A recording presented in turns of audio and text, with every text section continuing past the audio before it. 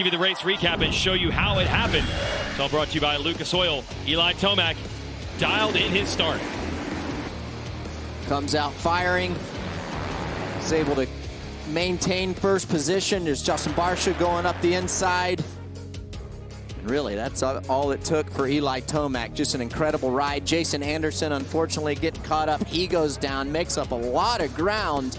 I mean, he was buried in the field. 38th to 7th for him. Here's Roczen in third, battling with his teammate. Nice line here by Chase Sexton. Yeah, an excellent pass. He goes up the inside, just as you saw, and then he takes Kenny's line away and doesn't allow Kenny to jump the LaRocco's leap, and that'll be the end of it. And then the outside of the sand roller section had not been working, but Sexton makes it work this time to take Savatgy for second. That'll move your series leader into the number 2 spot. And then, Eli Tomac, almost a perfect race until this. Check this out. He's going to come up this hill, and as he's doing that, he's getting over to the right, and the rear wheel stays in the rut, and he goes a little sideways. And that was it. Tomac able to recover and still hold a big lead and takes the first moto win. Sexton, as mentioned, ends up in second. Had to do some work to get that. And Joey Savatgy on the podium, holding off Roczen and Craig. Dungey 6th. We had Barcia up there earlier. He had problems. It drops back to 8th. Max Anstie was also in the top 10 earlier. Bike problems ended up ending his moto.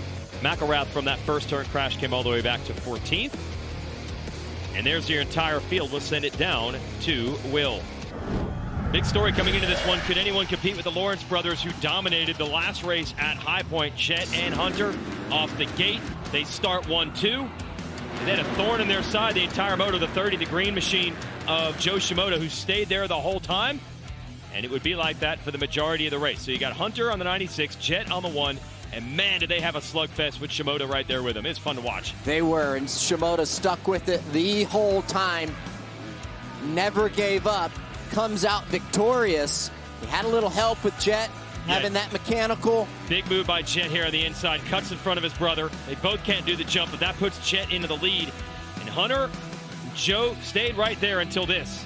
Yeah, you can see the bike started to start smoking. You can see it's going to come around this corner and just watch smoke coming out of the exhaust.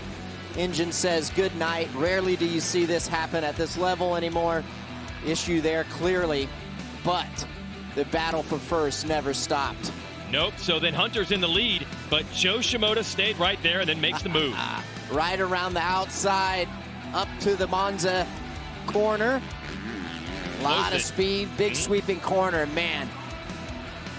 For all you little kids growing up, this is a perfect example to never, ever, ever give up. Joe Shimoda didn't, he stuck with it, and here you go. Yep, first career moto win for Shimoda. And he's third in points coming into this. He will cut his deficit in half.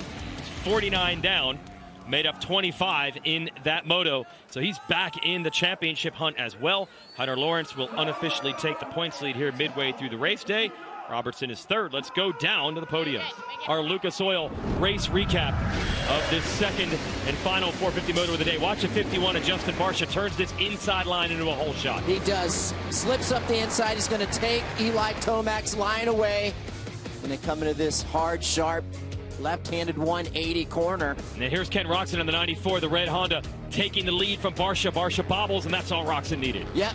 Early pass for the lead, and looked like I thought Kenny was going to check out, but it wouldn't be long. No, lurking back there was Eli Tomac. Then watch this. Jason Anderson a crash. Chase Sexton nowhere to go. Yep. These two guys get caught up. That was a bummer for Jason Anderson, especially Sexton as well, because those guys, I feel it was going to be a four-way battle for the lead. Instead, a two-way battle for the lead. It's Tomac all over Roczen, and here's the decisive move. Well, Eli was sitting there waiting, and then boom, there's a pass right up the inside, and then Eli's going to pull out from there. And what's weird is the 94, Ken Roczen, he went backwards from this point on. Not sure if there's an issue happening, but uncharacteristic for Ken Roczen. Hopefully everything's all right. Yeah, first loses the lead. Now he's going to lose second to his teammate Sexton, your series leader. Roczen would eventually go all the way back to 7th. And probably not the performance or finish that Chase Sexton wanted, but he had a great day today, coming from behind, getting caught up in other people's mess. Yeah, he'll be ready to battle Tomac next week in Massachusetts. We'll have that on NBC as well next Saturday afternoon. but it's all about ET3. Eli Tomac sweeping the day at RedBud. Let's go to the podium. Here at RedBud, Lucas Oil Race Recap 250 Moto 2. Ryder DeFrancesco, first pro race, almost got the first Moto hole shot, gets it done here in Moto 2.